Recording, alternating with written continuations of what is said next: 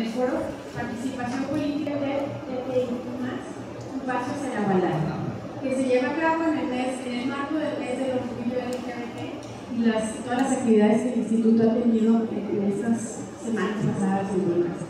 Mi nombre es Paola Cucasavia y voy a estar moderando este evento, y me es muy grato presentar a las personas que nos acompañan esta mañana en el presidio. Nos acompaña la licenciada Blanco Durán Prieto, consejera presidenta del Instituto Electoral de Chihuahua.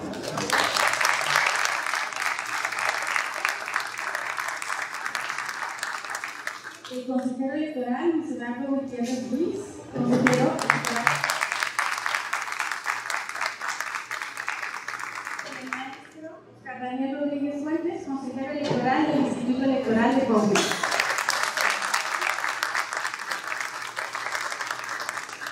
Además, esta mañana nos acompañan la consejera electoral de la Libertad, Ricardo Ramírez.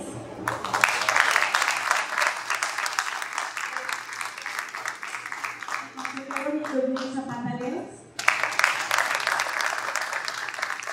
el consejero electoral Ricardo Centeno Fernández y el consejero electoral Gerardo Macías Rodríguez.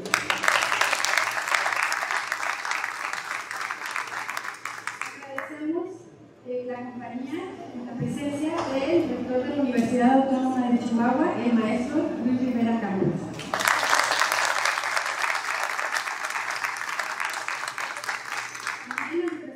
De la magistrada presidenta del Tribunal Supremo de Justicia del Estado de Chihuahua, la licenciada Miriam Victoria Hernández Acosta, nos acompaña la licenciada Flora Alejandra Corral Requejo, directora de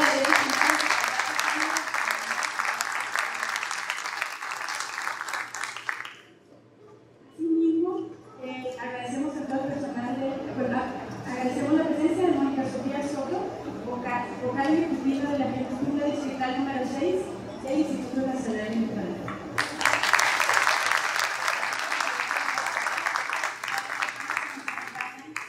Aquí en la sala y también en las redes sociales del Instituto. Para iniciar, le voy a pedir a la consejera presidenta, Blanco Durán Prieto, nos dé un mensaje de bienvenida.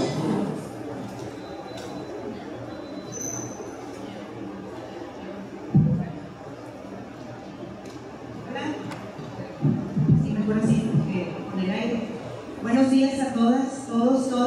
Antes que nada me quiero disculpar precisamente por eso. Ayer tuvimos un desperfecto ahí con el aire y ya lo único que pudimos hacer es tener los aires, los ventiladores que vienen a sus espaldas. Se nos complica un poquito el sonido, pero bueno, aminora un poquito el calor tan horrible que está haciendo. Con más razón agradezco su presencia de estar aquí.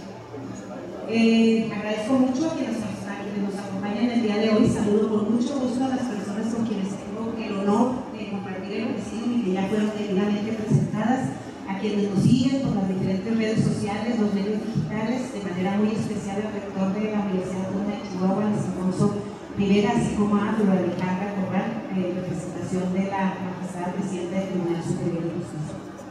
Pero sobre todo, agradezco y saludo con muchísimo gusto por la presencia del consejero de nuestro Instituto Hermano de Coahuila, José Daniel Rodríguez, quien de manera tan generosa aceptó compartir con nosotros y nosotras su experiencia y conocimiento en el tema que el día de hoy nos convoca y que resulta altamente enriquecedor, porque el propósito es abordar temas que conllevan una alta trascendencia social y compartir además puntos de vista o reflexiones relacionadas con el reconocimiento de los derechos políticos y electorales de las personas integrantes de la comunidad LGBTIQ+. Y en ese sentido quiero partir precisamente de la idea de que para una vida en democracia hay nociones muy importantes que deben cumplirse, como son la justicia y la igualdad. Esto nos lleva a pensar que, claro, son conceptos que evidentemente irían de la mano porque, como nos ha enseñado la historia, pues la falta de igualdad genera injusticia y por ende, a mayor igualdad, más justicia. Desgraciadamente, en México aún no se ha alcanzado esta justicia y es precisamente derivado de esta falta de igualdad que permea en nuestro Estado, lo cual implica que distintos grupos sociales se ven afectados por otros que son mayormente favorecidos en su acceso a bienes, servicios, oportunidades o derechos en general. Esto claramente lo podemos ver respecto de las mujeres, personas pertenecientes a grupos y comunidades indígenas, personas integrantes de la comunidad LGBTIQ+, entre otro largo etcétera. En la materia electoral, hasta hace muy pocos años, el perfil de las candidaturas y consecuentemente de quienes, de las personas que resultaban pues electas, eran en su mayoría hombres además en un determinado rango de edad, de mediano a mayor. Y era extraño ver cómo candidatan como una persona electa a una mujer, a una persona discapacitada, a una persona perteneciente a la comunidad LGBTIQ+, o a una persona indígena. ¿Por qué pasa esto? Porque sigue pasando. Si la Constitución establece que los hombres, las mujeres y en general todas las personas tenemos los mismos derechos y somos iguales ante la ley, pues porque hay estructuras sociales que en los hechos siempre han generado estas desigualdades, lo que se transmite a las prácticas y actuación de las autoridades o las instituciones que al amparo de que se cumple con la ley y que esta ley señala la posibilidad de que toda persona interesada puede participar si lo desea, se perpetúan estas limitantes que hoy conocemos como techos de cristal, pisos pegajosos y otras expresiones que nos representan con mucha claridad los obstáculos que enfrentan los grupos sociales históricamente desfavorecidos. Y a fin de abatir esta desigualdad, o digámoslo con más énfasis, esta discriminación, se han puesto en práctica estas denominadas acciones afirmativas, también conocidas como medidas positivas, discriminación positiva, discriminación a la inversa y algunos otros términos similares. Y con ellas se busca gradualmente que con el paso del tiempo se generen estos cambios en la percepción social y como consecuencia en la cultura, al retirar ciertos velos que no nos permiten ver como normal la participación política de personas pertenecientes a minorías, entendidas las minorías como grupos en situación de vulnerabilidad y no como cantidad. En la implementación de estas políticas dan a un determinado grupo social, étnico, minoritario que históricamente haya sufrido a causa de injusticias un trato preferencial en el acceso a la distribución de ciertos recursos o servicios, así como acceso a determinados bienes. Fuimos viendo la incorporación a las leyes electorales de cuotas de candidaturas. Primero para las mujeres, estas cuotas fueron subiendo de 70-30, luego 60-40, luego se implementaron medidas legislativas de control aún mayores para evitar que las mujeres fueran postuladas en aquellos distritos o municipios en los que no había competitividad para ellas. Luego se avanzó la paridad por disposición legal y constitucional, obviamente en candidaturas, pero también en la integración de los órganos colegiados, esta denominada reforma de paridad en todo. Ahora, aunque no en la misma medida, pero sí con la misma intención, se han ido generando acciones afirmativas para personas integrantes de la comunidad LGBTIQ y más. No necesariamente bajo la conciencia de que la limitación, restricción o la negación de los derechos de los integrantes, de las y los integrantes de esta comunidad, está basada obviamente en perjuicios, tiene efectos en la desigualdad, lo que impacta evidentemente en la vida democrática, en el desarrollo de la vida democrática de nuestro país, sino por esta responsabilidad impuesta a todas las autoridades de implementar medidas que sean necesarias para terminar con las prácticas discriminatorias que afectan de manera desproporcionada a las personas pertenecientes a esta comunidad. Por eso es necesario, a través de acciones afirmativas, garantizar el derecho a la no discriminación por identidad, acciones verdaderamente efectivas, ya sea esta discriminación por identidad, por expresión de género de las personas pertenecientes a la diversidad sexual y no binarios, y seguir abonando de esta manera la igualdad y a la eliminación de prejuicios altamente arraigados en nuestra sociedad. Sabemos evidentemente que estas acciones, las implementadas tanto por las propias autoridades administrativas como por las jurisdiccionales, hasta este momento, si bien han representado un gran avance en la materia, no han sido ni son suficientes para disminuir esta exclusión y esta desigualdad que desde siempre y hasta el día de hoy sufre este importante grupo de la comunidad. Queda mucho por andar en este camino. camino, lo sabemos, hacia la eliminación de esta deuda que tenemos como sociedad. Y de ahí precisamente quiero resaltar el propósito y la importancia de este tipo de foros en los que se den espacios de retroalimentación, de diálogo acerca de inquietudes, dudas, incluso peticiones, comentarios respecto a lo que como órganos electorales, pero también como sociedad debemos atender de manera prioritaria. Los derechos políticos y electorales de la comunidad LGBTI frecuentemente han sido trastocados y por ello requerimos la instrumentación de mecanismos que aseguren el ejercicio de sus derechos y que a su vez incidan en los procesos electorales, pero no solamente a través del ejercicio del voto, sino a través también de la posibilidad real de acceder a cargos de representación popular. Este espacio de diálogo tiene precisamente ese propósito: identificar los retos, los obstáculos a los que se enfrentan en el acceso y ejercicio de sus derechos políticos y electorales. Este intercambio de ideas que nos da la luz, que va a ser guía respecto a las acciones afirmativas que habremos de implementar para garantizar el acceso de las personas pertenecientes a este importante grupo a los cargos de elección popular. Es importante escucharles, tomar las decisiones basadas en lo que ellas nos comparten. Es necesario poner atención a la que los y las colectivas, las asociaciones y personas independientes tienen que decir en temas referentes a la participación política de estas personas. Su colaboración, sus aportaciones contribuyen a disminuir la exclusión y desigualdad que sufren quienes integran esta colectividad. Como autoridades electorales estamos obligados a brindar esa garantía, pero también necesitamos la presencia y el acompañamiento de quienes representan a los partidos políticos. Es de suma importancia porque el interés de ellos refleja ese compromiso social y para con los integrantes de la diversidad sexual y no binarios, por generar acciones encaminadas al reconocimiento de sus derechos políticos y electorales. Generar acciones encaminadas a disminuir y eventualmente erradicar la discriminación de las y los miembros de esta comunidad para lograr así la garantía plena de sus derechos políticos y electorales. Y es mejor para abundar en este tema, en este importante, en este interesante tema, que en el día de hoy nos honra con su presencia el consejero Daniel Rodríguez. Estoy segura, convencida que sus aportaciones serán de gran valía y nos enriquecerán en gran medida. Agradezco muchísimo, Daniel, que estés el día de hoy aquí con ustedes. Agradezco también de nueva cuenta la presencia de todas y todos ustedes y la atención que me han brindado. Nuevamente, buen día y muchas gracias.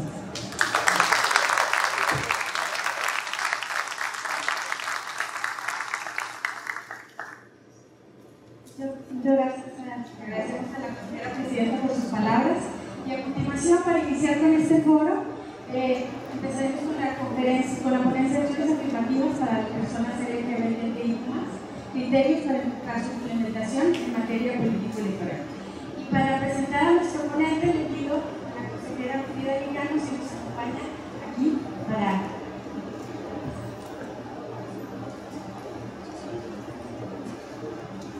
Buenos días a todas las personas que hoy nos acompañan en las instalaciones del Instituto Estatal Electoral. Si el ambiente todavía no está muy caliente, no se preocupen, empezamos con lo cálido, ya veremos más adelante.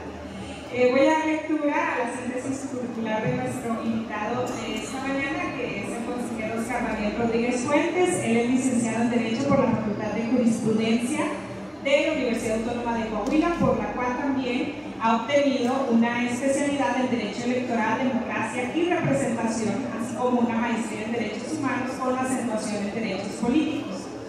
Él ha concluido sus estudios de posgrado en Ciencia Política y Sociología por la Facultad Latinoamericana de Ciencias Sociales, Campus Argentina, y actualmente es estudiante de doctorado en Derecho Electoral impartido en el Tribunal Electoral del Estado de Jalisco. Ha cursado diversos diplomados en acceso a la justicia, en materia de derechos humanos, gobierno municipal, derecho electoral, derecho procesal electoral y evaluación de políticas públicas. También ha realizado más de 60 cursos de especialización en materia jurídica y de ciencias sociales. Ha sido ponente y conferencista en más de 14 foros y congresos nacionales y extranjeros y ha publicado 16 artículos de investigación en revistas especializadas de México y América Latina. De la misma forma, ha realizado diversas estancias de investigación en donde ha trabajado temas de derecho electoral y ciencia política, destacando las estancias en el Colegio de México, la Universidad Autónoma Metropolitana, Campus Xochimilco y la Universidad de Santiago de Chile. En el ámbito docente se ha desempeñado como profesor de asignatura en la Universidad Autónoma de Coahuila, la Universidad del Valle de México, la Universidad Tecnológica de Saltillo y la Universidad del Centro de México, impartiendo entre otras las materias de Derecho Constitucional, Derechos Humanos, Derecho Electoral y Parlamentario, Teoría del Estado, Teoría de la Democracia y Derecho Procesal Constitucional. En octubre de 2021, el Consejo General del Instituto Nacional Electoral lo designó como consejero electoral del Instituto Electoral de Coahuila por un periodo de 7 años. Le damos la bienvenida a Oscar Daniel, esta es su casa, y pues le cedemos el uso de la voz.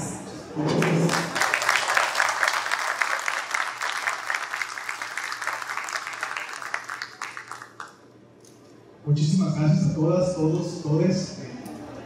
Un agradecimiento muy especial a los compañeros consejeros y consejeras electorales del Instituto Electoral de Chihuahua, señora presidenta de muchísimas gracias, consejero Cristian, muchas gracias, consejero Gerardo, consejera Frida, consejero Yuri, consejero Ricardo, muchísimas gracias por esta invitación a este panel, a este foro, a este evento tan importante que nos congrega hoy para hablar sobre las acciones afirmativas en materia LGBT.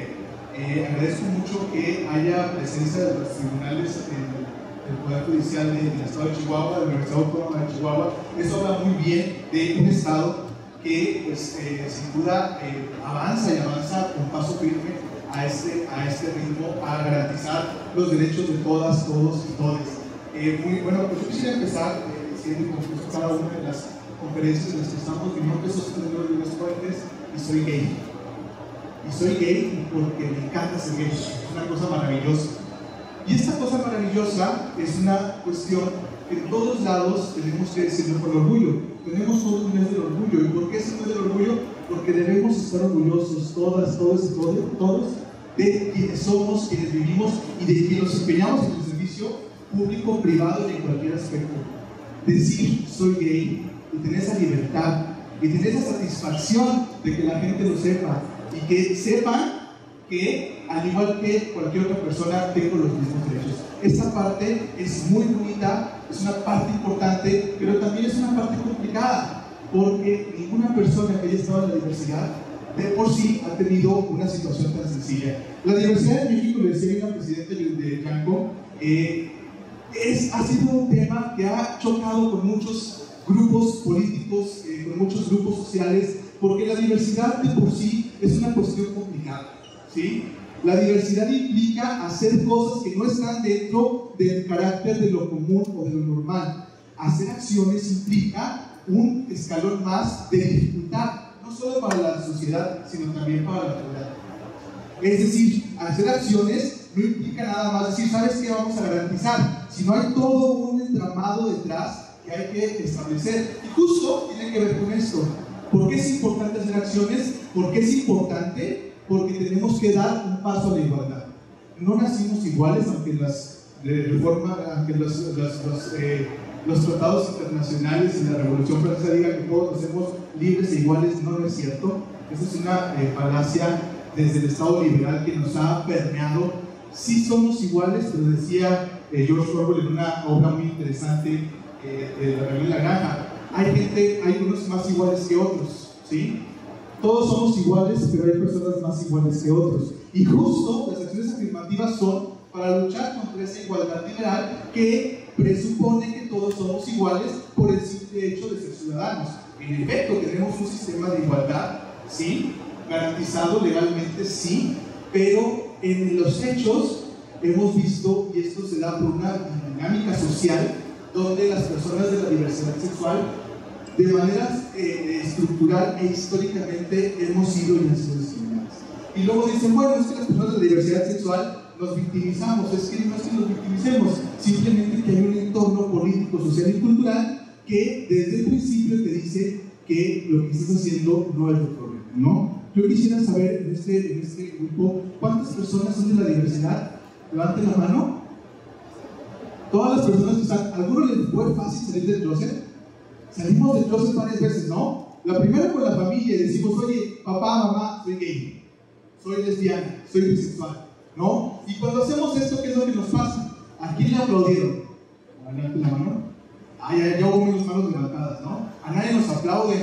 Imagínense, si la familia nos aplaudió, ¿por qué el Estado nos va a aplaudir? ¿No? Tenemos esa parte, el Estado nos aplaude. El Estado lo que hace es decir, ¿sabes qué? Yo no voy a repartir porque todos somos iguales y ustedes no tienen un derecho mejor que los otros.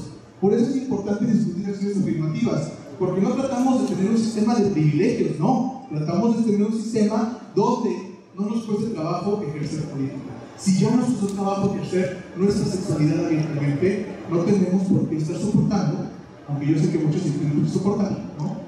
No tenemos que soportar un sistema que de entrada nos discrimine de manera sistemática. Y digo esto porque en muchos estados y todavía en la mayoría sigue siendo una parte importante la situación de una contestación y una denuncia constante al Estado que no garantiza los derechos de manera igualitaria. Que haya instituciones públicas que yo agradezco mucho y la verdad, cada que veo los estados de aquí de Chihuahua me da mucho gusto porque siempre veo que están haciendo cosas en favor de la diversidad. Eso habla muy bien de una institución como esta electoral de Chihuahua. Eso no se da en todos los estados, son atípicos, en ese sentido, pero eso habla bien de que hay una apertura estatal. Sin embargo, la norma o lo general es que no existe esta apertura. Y vamos a empezar con esta parte.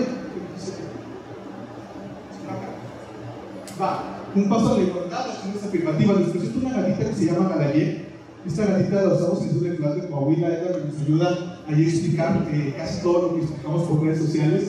En este sentido, hablamos de un paso hacia la igualdad y acciones afirmativas, porque justo lo que busca la acción afirmativa es equilibrar un sistema que per se está desequilibrado. ¿Por qué está desequilibrado? Porque, díganme ustedes, yo quiero saber cuántas personas de la diversidad que están aquí en este lugar se sienten verdaderamente representadas por sus diputadas, por sus autoridades públicas.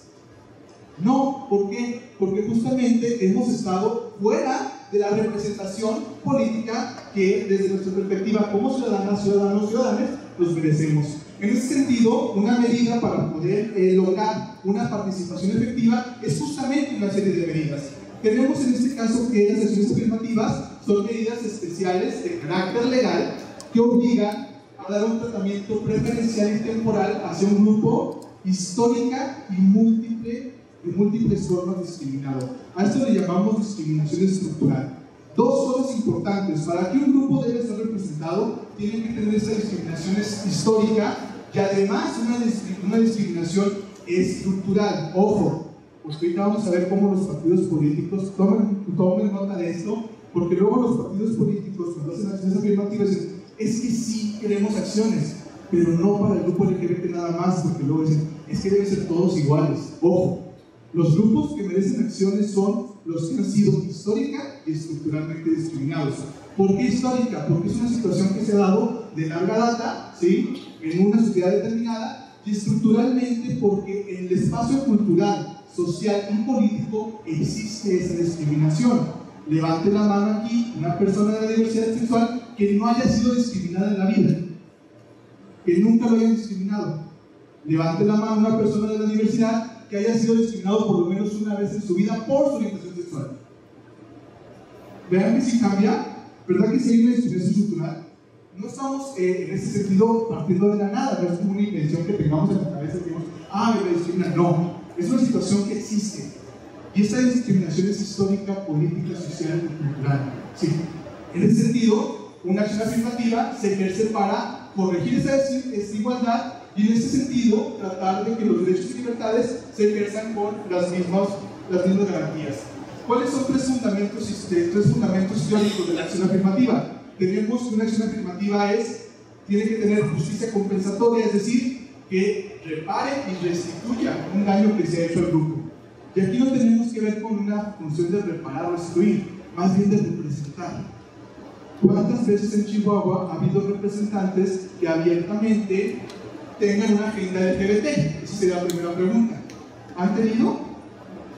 Si no es así, necesitamos una acción que nos dé algún representante, alguna representante que diga, yo tengo este tema, yo quiero impulsar este tipo de acciones y yo voy a hablar por la población. Y es importante que esa persona sea parte de esa comunidad, porque si no, entonces, muchos pueden hablar por nosotros en el proceso de la diversidad, pero nadie mejor que nosotros va a saber nuestros derechos y nuestras necesidades como grupo, como colectiva. Justamente por eso es importante que nos tengamos esta acción. 2, justicia distributiva. La distribución de los bienes y recursos debe estar guiada en función de las necesidades. Ojo, otra vez, aquí no hablamos de recursos y bienes, sino más bien de representación. Históricamente, ¿cuánto tiempo hemos estado representados? ¿Cuántas voces hemos tenido? ¿Cuántas veces hemos podido participar en un debate tú a tú con la mayoría heterosexual? Pues casi no. Entonces hay que repartir el poder, en este caso repartir el poder de tal forma que todos estemos en esta capacidad. Y finalmente, maximizar la utilidad, en este caso la utilidad social, otro fundamento que tiene que ver con maximizar el bienestar de la sociedad en su conjunto. Y esta es la gran crítica que se hace. ¿Y qué beneficia que las personas de la diversidad sexual tengan representantes? ¿Alguien sabe por qué? ¿Cuál es el beneficio? ¿Qué buscamos? Porque luego nos cuestionan, siempre dicen, ¿y ustedes también quieren llegar? ¿No? ¿Para qué queremos llegar? ¿Por qué es importante que lleguemos? ¿Alguien se ha cuestionado eso desde la diversidad? ¿Por qué queremos llegar? Por la deuda histórica y la falta de... Tenemos una deuda histórica, en efecto. La falta de políticas públicas. La falta de políticas públicas. Los recortes de calidad de vida. Así es. No se ha legislado a favor de nosotros. La visibilización. Visibilización, ¿hay otro tema? ¿Qué más? Es hora de defender también todos los asesinatos que ha habido contra nuestra comunidad y salir adelante y exigir el derecho de vivir y ser libres. Fíjense qué bonito es cuando les importa la pasión, el derecho de exigir ser libres. Nadie más que nosotros va a exigir ese derecho con tanta pasión, porque lo sentimos, porque lo sabemos, porque lo vivimos. Esa es la diferencia. Por eso las mujeres, cuando en su momento pidieron acciones, es porque representaban la mitad y querían ser ellas las que tuvieran la voz y decir, estos son mis derechos como mujer, yo también como parte del sello, estos son mis derechos como persona gay, como persona lesbiana, como persona trans, como persona de diversidad sexual. Es decir, esa parte y esa pasión que se le mete a este asunto es lo que necesitamos, por un lado. Pero tiene una utilidad social. ¿Quién de nosotros no ha trabajado para construir un mejor México desde la diversidad? Ojo, los partidos políticos tienen personas de la diversidad en todos lados, y los mandan a los cruceros, y los mandan a hacer política, y los mandan a tocar puertas, pero no los dejan representarlos como diputados, ¿sí o no? Eso pasa, ¿no? En los órganos se contratan personas de la diversidad, trabajamos igual, pagamos igual impuestos, hacemos los trabajos, pero nosotros no llegamos a los puestos públicos. ¿Por qué? Porque quién sabe qué vaya a decir. Allá en Coahuila no sé si aquí funciona igual. Es que ¿qué van a decir soy gay? Imagínate, ¿qué va a decir el medio de comunicación? ¿Qué va a decir los periódicos? ¿Qué va a decir mi familia? ¿Qué va a decir doña Juana, doña Micha, don Jesús, don Pedro? Se van a enojar conmigo porque imagínate haber salido del closet, qué feo. Cuando yo llegué al puesto de consejero electoral, la primera crítica fue, ¿es que llegó por ser gay? Sí, estoy orgulloso de haber llegado por ser gay. Pero no solo eso, tengo mi bagaje electoral también, ¿no? Sin embargo, la primera crítica, como a las mujeres, es que quieren llegar al puesto solo por ser mujeres. No, es porque las mujeres son igual de capaces. Así como las mujeres son igual de capaces, las personas de diversidad somos igual de capaces y tenemos ese derecho de llegar. Que tú no lo quieras reconocer es una cosa muy distinta. Y por eso es importante esta aplicación de acciones afirmativas para esta situación. Bien, ¿por qué es importante? ¿Por qué crear acciones afirmativas? Una, por la evolución de los derechos políticos. Es una población estructuralmente discriminada, hay que avanzar, es una parte de avance, tiene que ver con visibilidad, tiene razón la compañera. Hay que impulsar a las personas para que puedan ejercer sus derechos políticos sin discriminación. Entre más, y lo voy a decir entre comillas, no es la palabra, entre más se normalice nuestra participación, menos discriminación va a haber. Véanlo con las series, véanlo con las películas. Siempre se critica que hay mucha inclusión en las películas, pero esto ha hecho que las nuevas generaciones tengan más libertades, que puedan decir, yo soy gay sin estarte preocupando por qué te vayan a golpear o por qué te vayan a matar, ¿no? Todavía no llegamos a un punto de total libertad, pero en eso estamos, ¿no? Y la generación de participación en espacios públicos. Cuando yo llegué a este puesto, yo sabía lo que venía. Y me dijeron, es que tú no vienes a hacer activismo a favor de la diversidad. Sí, vengo. Porque yo ya llegué y quiero que los demás también lleguen. Porque es una parte de la representación en todos los órganos de poder público. Y eso tiene que respetarse, ¿no? Aunque luego dicen que somos muy protagónicos por eso, pero bueno, finalmente tenemos que saber de dónde venimos, quiénes somos y a dónde vamos, ¿no? Acciones afirmativas. ¿Cuál es la principal que buscamos? Cuotas. ¿Alguien sabe? Las cuotas son espacios reservados para candidaturas, escaños, y esto se hace a través de reformas legales o bien a través de grupos de... Sí, ya sé, pero... Es que antes muerto que sencillo, pero bueno, más interesante.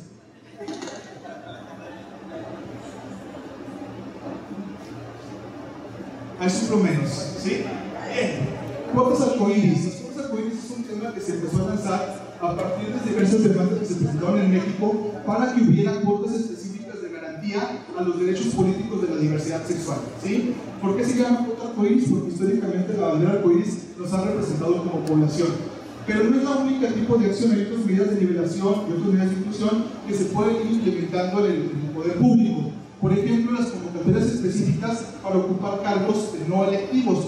Por ejemplo, en algunos estados como en el mío se establecen algunas cuotas para los consejos distritales y municipales, ¿no? Esa es una acción afirmativa que se puede establecer. También tenemos acciones afirmativas dentro de partidos y agrupaciones. Esto no le gusta mucho a los partidos, es decir, generalmente no tratan de garantizar estos derechos, pero también se tiene que exigir dentro de los partidos que tengamos, por ejemplo, secretarías de la diversidad y tengamos puestos directivos dentro del partido que se establezcan para personas de la diversidad como una parte de la población que es importante, su opinión dentro de este aspecto. La adopción de mecanismos para proteger los derechos efectivos de la población LGBT.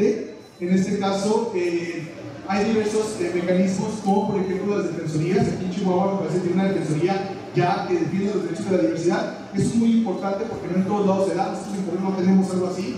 Ya queremos implementarla porque eso te ayuda también. Todo el mundo tiene derecho a defensoría pública, sí, pero no hay defensorías especializadas en materia de diversidad sexual. Aquí Chihuahua tiene una, ¿entienden? Entonces esa ayuda. En otros estados no existe. Campañas de comunicación social que combatan los discursos de odio. Sigue habiendo discursos de odio, sigue habiendo muchísima discriminación en los medios de comunicación, ya no tan directa como antes, o a veces sí, ya menos, pero sigue habiendo esta parte, y también mecanismos para evitar la violencia política en contra de personas. Cuando yo hablo de este tema de violencia política en contra de personas de la diversidad sexual, todo el mundo dice, es que la violencia política nada más es de género. No, también estructuralmente se puede discriminar a una persona por su identidad, por su expresión de género y por su orientación sexual, y también se hace en materia política. Es simple hecho de decir, sí puedes ser candidato, pero no digas que eres gay, porque si no, no van a votar por ti. No sé si aquí pasa, pero en otros estados ha sucedido. Bien.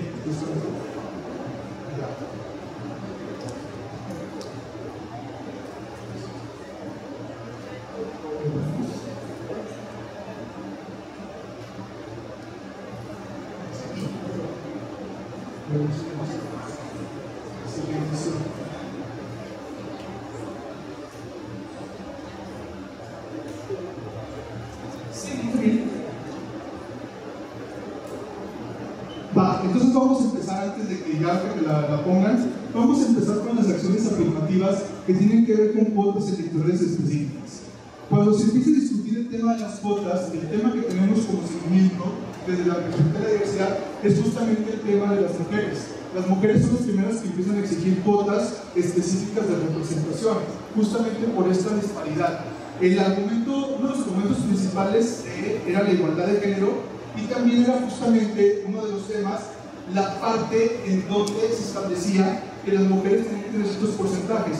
¿Cómo empieza esta historia? Bueno, las mujeres empiezan a garantizar primero un porcentaje como opcional, ¿no? Es decir, los partidos postularán, ¿no? Así como si quieren pueden postular mujeres. Digo, son ahí un tema, ¿no? Lo que ustedes quieran, ¿no? Dos, ya después exige un criterio de 30-70, ¿se acuerdan? Cuando estaba el 70-30 y adivinen que postulaban. No hubo ningún partido que postulara 70% de mujeres. ¿Qué postulaban? Pues los hombres, ¿no? Luego llega el criterio 60-40. ¿Y qué se postulaba más? Hombres, justamente. ¿Hasta cuándo empieza a postularse mujeres? Justamente hasta que la ley obliga que sea 50-50. ¿Qué es lo primero que van a decir con la población LGBT? Es que su población es muy pequeña. Pues quién sabe, vemos, ¿no? Porque luego hay algunos que no lo dicen, pero justiza, ¿no? Ahí están escondidos por los rincones, pero están, ¿no? Y entonces la primera cuestión es la situación de cómo se debe representar. La cuota debe ser proporcional. Sí podemos tener un nivel de proporcionalidad. Y ya tenemos datos, afortunadamente. El INEGI dice que somos alrededor del 5% de la población. Otra vez vemos, ¿no? Porque no mucha gente dice abiertamente que es. ¿Por qué no? Pues por esta cuestión de discriminación histórica y estructural que les hablaba, que dificulta que la gente pueda salir de esa etapa fácilmente. El criterio de proporcionalidad nos va a decir que la cuota se puede justificar por el número de población. ¿Esto es la mía? Ahí está.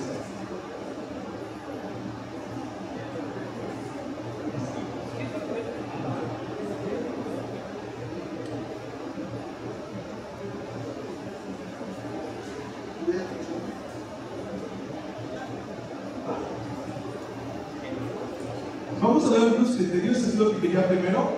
A ver, esta es una parte importante, de hecho aquí se la vamos a dejar para que lo tomen, sobre todo los activistas que nos acompañan, los y las activistas, porque esta parte es importante en caso de que tengan que impugnar un asunto. En diversos tribunales se ha establecido cómo deben ser las acciones afirmativas. Uno de los primeros criterios es que la acción afirmativa debe ser una cuota específica. Ojo, no se conformen con menos, porque el discurso de los partidos es: a ver, sí queremos garantizar, pero que sea una cuota para todos los grupos y que los grupos se peleen entre ellos a ver quién llega, ¿no? En algunas sentencias que ahí están, en la Sala Monterrey, en el JS 59, 2021, en el Sub-RAP 21-2021 y en el Sub-JS 951-2022, se estableció que la cuota debe ser específica. Y específica implica eso, es decir, que sea directamente para personas de la universidad. ¿Estamos de acuerdo hasta ahí? Eso es lo primero que debemos de pedir, porque luego nos quieren decir en el Congreso, como me ha pasado en Coahuila, es que sí hay una cuota, pero que todos los grupos sabidos y por haber peleen por esa cuota y a ver cuál llega, que llegue el mejor. No, a ver, es una cuota específica porque yo busco representación para mi grupo. Todos los demás tenemos derecho, garantízanos cuotas a todos, no nada más al grupo que tú quieras y no nos hagas pelear entre nosotros por llegar a un puesto público, ¿no? La acción afirmativa debe ser por ambos principios, y esto se aplica sobre todo a diputaciones, ¿no? Pero debe de exigir como sociedad que sea por los dos principios, porque dicen, sí te dejo la cuota, pero nada más por RP, y ahí en el último lugar a ver si llega, ¿no? Ojo con esto, los dos principios es importante. ¿Cómo lo justificamos? Pues a través de una bonita sentencia de Sala Jalapa, que fue el JDC 62-2022, y ahí Sala Jalapa resolvió que efectivamente tenía que ser una cuota específica, pero además esa cuota específica debe ser por los dos principios, es decir, tenemos un sistema de progresividad. Ya dijimos que la cuota específica, y acá decimos que es por los dos principios, mayoría relativa y representación proporcional.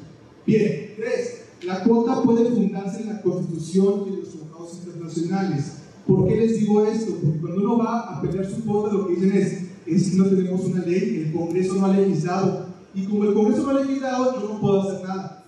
Ojo, eso tampoco es cierto. Las sentencias, en este caso, el Subreg 117-2021 y el Subreg 123-2022, sostienen que la cuota no necesita una ley habilitante, es decir, se puede aplicar a partir de los principios constitucionales de igualdad y no discriminación del artículo primero. Esto es bastante protector justamente porque no es óbice para un hombre o para alguna institución el no hacer acciones afirmativas diciendo que el Congreso no ha legislado una ley secundaria. Hay que tener muy claro esto. Ya sé que suena como si fuera algo muy técnico, sobre todo los que han litigado estarán entendiendo esta parte porque es importante luego cómo se las gastan algunos congresos de los estados, ¿no? En ese sentido, no le aplica el artículo 105, porque luego también dicen, pues sí quiero dar acciones afirmativas, pero el otro proceso, porque en este ya estamos dentro de los 90 días y ya no alcanzamos, ya no te podemos garantizar. Ahí también el Sala Superior ha dicho, no le aplica en la acción afirmativa los 90 días antes de que inicie el proceso, justamente porque es una acción temporal que busca garantizar un equilibrio en grupos históricamente discriminados. Siguiente, la acción afirmativa puede establecerse incluso iniciado el proceso electoral, ya está el registro de las candidaturas. Ojo con esto, compañeros. ¿Por qué? Esto pasó en Quintana Roo. que el argumento fue: sí quiero garantizarte derechos, pero ya empezó el proceso, fíjate.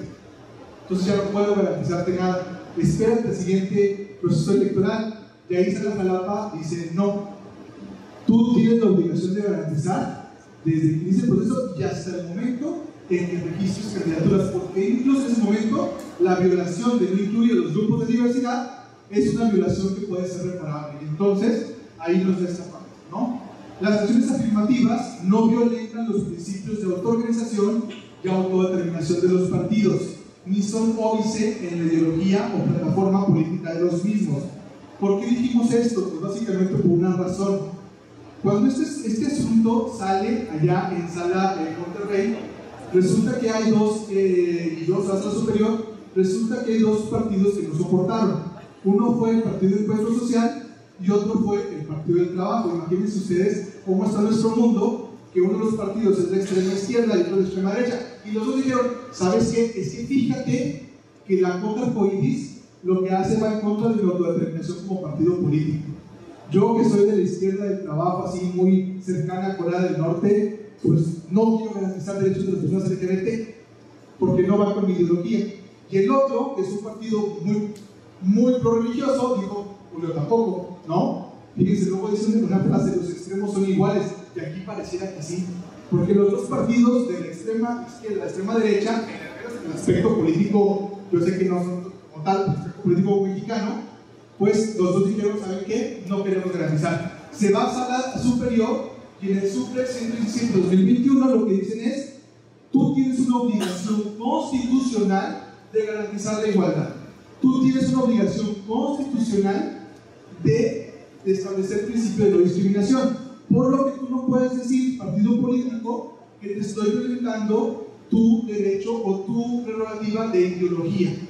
No me importa qué ideología tengas, tú debes garantizar los derechos de la diversidad, porque eso es conforme con el artículo 1 de la Constitución, ¿sí? Y finalmente, otro criterio que a mí no me gustó de esa sala, pero que ya afortunadamente se cambió el criterio, es que la acción debe respetar datos personales. Y aquí yo creo que el tribunal ahí sí no le supo medir bien, porque aquí lo que decía es que la persona de la diversidad o del otro grupo vulnerable que accediera al escaño por una acción afirmativa podía resguardar sus datos y decir que pues, no se publicara, ¿no? Porque es un dato de la vida privada. Sí, nada más que un pequeño detalle: si tú accedes a una acción afirmativa es porque buscas visibilizar y representar, y no vas a visibilizar ni representar si te escondes. Eso y nada de ser nuestro de civil son dos nadas, porque finalmente tener una persona de la diversidad, pero que nadie sepa que es de la diversidad, pues está un chino, porque finalmente pues, no va a garantizar nada. ¿Cómo va a presentar leyes a favor de nosotros si ni siquiera se asume como tal?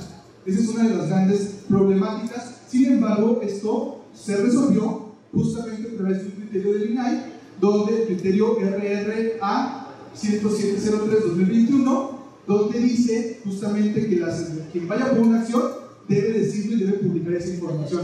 Esa información es pública. Así que, si un partido tiene que garantizar, la persona que vaya por la acción tiene que decir: oye, yo voy por la acción de diversidad y yo pertenezco a la diversidad y me autoescribo como tal. Y esto se corroboró a través del INE en los lineamientos que sacó de Conóceles para el año 2023, ¿no? En ese sentido, pues ya tenemos como estas partes importantes de lo que debe llevar una acción afirmativa en caso de que se dé. Ahora, ya decíamos que la acción afirmativa es una de las más importantes, ya están los criterios, así hay que pedirlas. Obviamente va a ser una lucha difícil, hay que ir progresivamente, eso sí es cierto, pero hay que tener claro esta parte de la jurisprudencia al momento en que exijamos el diseño de la acción. Y esto es tanto para sociedad civil como para quienes diseñamos este tipo de acciones afirmativas, ¿no? Luego está complicado con las votaciones, después por lo que José Coahuila, que es una historia medio trágica, pero ahorita les paso el chisme de lo que se gana. Convocatorias específicas. Aquí buscamos la inclusión efectiva en las poblaciones LGBTIQA+. Ahí podemos utilizar mecanismos para que la población pueda adentrarse a diversos puestos que no son de elección popular. Por ejemplo, los desconcentrados tienen una cuota en dirección de unidades técnicas dentro de los hombres, puede ser otra acción afirmativa que se puede establecer, o en otro tipo de instituciones públicas, y convocatorias específicas o exclusivas para cargos dentro de las instituciones políticas y electorales. Ahí son cosas que tenemos que buscar que se vayan garantizando poco a Luego tenemos otras medidas de nivelación e inclusión dentro de partidos políticos. Lo primero es que se reconozca la diversidad dentro de los estatutos. Hay algunos que lo han reconocido, otros no. Depende mucho de la ideología del partido. Esta es la primera. Lo que no se nombra no existe. Esa es una de las bases fundamentales de la diversidad. En los partidos políticos no nos quieren nombrar para no dejarnos de existir, pero sí existimos y ahí estamos, y ahí trabajamos también, ¿no? En esa parte es importante establecer esto primero, que se nos reconozca. Dos, que sea una representación efectiva en los cargos directivos o de toma de decisiones que existen en el partido político. Tres, que se incluyan áreas o que hay áreas específicas para la diversidad. Y cuatro, que se garantice el mismo apoyo a las candidaturas, porque luego pasa esto. Ya tengo la obligación de postular a una persona LGBT. Entonces lo que hago es, la pongo en el distrito que voy a perder, pero aparte no le doy recursos a su campaña. Ya te postulé, hice el favor de postularte, ¿por qué? Y no, por favor, me obligó una sentencia. Me obligó el hombre, porque no lo echan nosotros, ¿no? El hombre quiere que postule lo que ellos quieren. No. Es lo que la norma dice, es lo que la Constitución garantiza y es un derecho fundamental. Es que el hombre me está obligando. Bueno, ya que te obliga, te pongo en el lugar que vas a perder, y aparte, pues con tus recursos allá como puedas, ¿no? Hay que garantizar el mismo apoyo que todas las candidaturas. Esto pasó también con las mujeres. Por eso les digo que las mujeres, en su lucha por la igualdad, nos han enseñado el caminito que debemos seguir desde la diversidad. Pasamos al siguiente. Otros mecanismos para proteger adecuadamente los derechos de la población LGBT, el acceso efectivo a la justicia, una defensoría, si la tienen afortunadamente, son uno de los pocos estados que yo conozco que tienen una defensoría, acompañamiento, esto es importante, esto va para las organizaciones de la sociedad civil, es importante implicarnos en este tipo de juicios, es importante implicarnos en exigir mediante vía judicial y mediante vía política este tipo de acciones. Hay dos vertientes en sociedad civil que vamos a verlas: la contestación, que es esta parte de protesta y de exigencia, que es muy efectiva en algunos casos, pero tenemos otra vertiente que es la colaboración, es decir, no basta con que yo exija, pelee y grite, tengo que ver cómo construyo con las instituciones públicas esta parte de una acción afirmativa, ¿no? Y también tenemos que establecer una perspectiva de derechos humanos de LGBT. Bien. Otra acción importante son las campañas de discurso de odio. El discurso de odio sigue existiendo. En este caso ya no es tanto institucionalmente, en algunos casos es muy suave y no lo podemos percibir, pero sigue existiendo un discurso discriminatorio frente a las personas de la diversidad sexual. El hecho de que te quieran garantizar un derecho, pero que te lo quieran minimizar al momento en que lo ejerces, también es un tipo de discurso discriminatorio. Y esto pasa mucho. ¿Cómo hacemos esto? Pues es importante que las autoridades públicas de todos los niveles establezcan un discurso que sea plural, abierto y combata todas las formas de discriminación. Y bueno, otros mecanismos también que tienen que ver con evitar la violencia política de género. Y aquí, la violencia política de género contra personas LGBTIQA+. Aquí es muy discutido por diversas personas sobre si existe o no una cuestión de género. Yo creo que sí, por tres argumentos principales. Primero, ¿la violencia se dirige a personas por su orientación sexual? Sí. ¿Seguimos sufriendo violencia por orientación sexual y eso nos impide acceder a cargos? Sí. En algunos casos se prohíbe que hagas tu, y lo he visto por ejemplo en Coahuila con algunas diputaciones en el Congreso, y no podían decirlo porque los partidos, los líderes decían, es que eso sí es tu vida privada, pero déjalo en lo privado. ¿Por qué nos perjudicas como partido? Fíjense cómo el punto de anular lo que una persona es para estar en conformidad con lo que el partido quiere, ¿no? ¿Tiene un impacto diferenciado en función de la identidad sexual o expresión de género? Sí, creo que puede haber casos de violencia en contra de personas de la diversidad por ser de la diversidad. El hecho de un discurso en medios de comunicación que insulte a una persona por el hecho de ser homosexual, en un contexto de campaña se puede dar, sí. Y finalmente se afecta desproporcionadamente a las personas de la diversidad sexual. Y esto es así porque si no tuviéramos esta característica o este elemento de diversidad sexual, no existiría. Y bueno, esta es la parte que yo quería platicarles un poco de cómo se garantiza. Lo demás es un bonus, nada más para la atención del chisme, caso Coahuila. Caso Coahuila fue una desilusión. ¿Por qué una desilusión? Pues justamente porque existió Primero, una legislación del Congreso del Estado de Coahuila que trató de ser muy progresista y creó 2 diputaciones específicas. Fíjense cómo está interesante este tema, porque desde la perspectiva del Congreso del Estado de Coahuila, estas 2 diputaciones ya garantizaban el acceso a todos los grupos en situación de vulnerabilidad.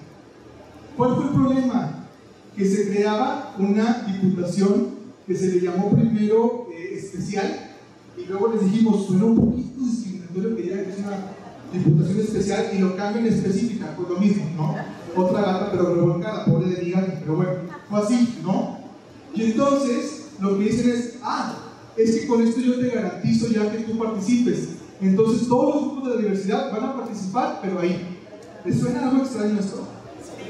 ¿Verdad que sí suena como un grupo? Yo me acuerdo ahí en Estados Unidos en los años 60 que existía algo muy similar, ¿no? De una ley que se llamaba separados pero iguales, ¿no? Sí, tú como una persona afrodescendiente puedes comer en los restaurantes, pero en estos restaurantes, hagan de cuenta lo mismo.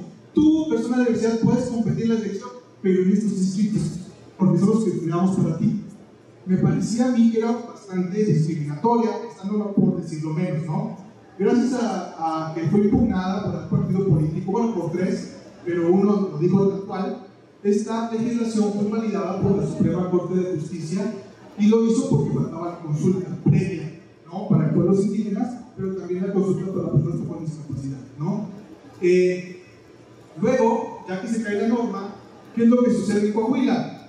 El Instituto Electoral de Coahuila emite lineamientos con 3 acciones específicas para personas por 2 principios, regla libre de representación proporcional, una para personas de la diversidad, una para personas con discapacidad y una para personas jóvenes. ¿Por qué estos 3 grupos? Porque hicimos un estudio cuantitativo del Congreso del Estado y habíamos notado que estos 3 grupos, a pesar de que los jóvenes se postulaban, nunca llegaban o siempre estaban como suplentes. Por otro lado, nunca se había postulado ni había llegado al Congreso ni una persona con discapacidad ni una persona, en este caso, de la diversidad sexual.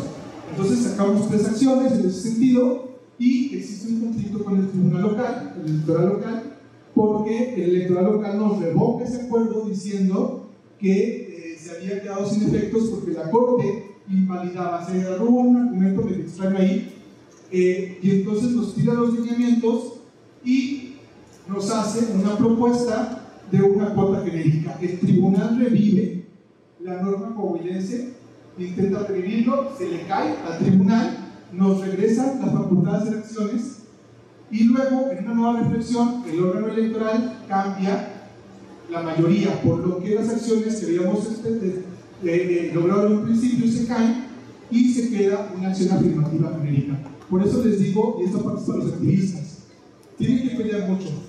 La verdad es que por más que un órgano, una institución pública pueda hacer, digamos, hacerlo lo posible, siempre habrá factores externos. En el caso de Coahuila, el tribunal local nos quita nuestras acciones específicas, nos deja una cuota genérica y al final las presiones políticas hacen que el hombre apruebe o confirme esas acciones genéricas, ¿no?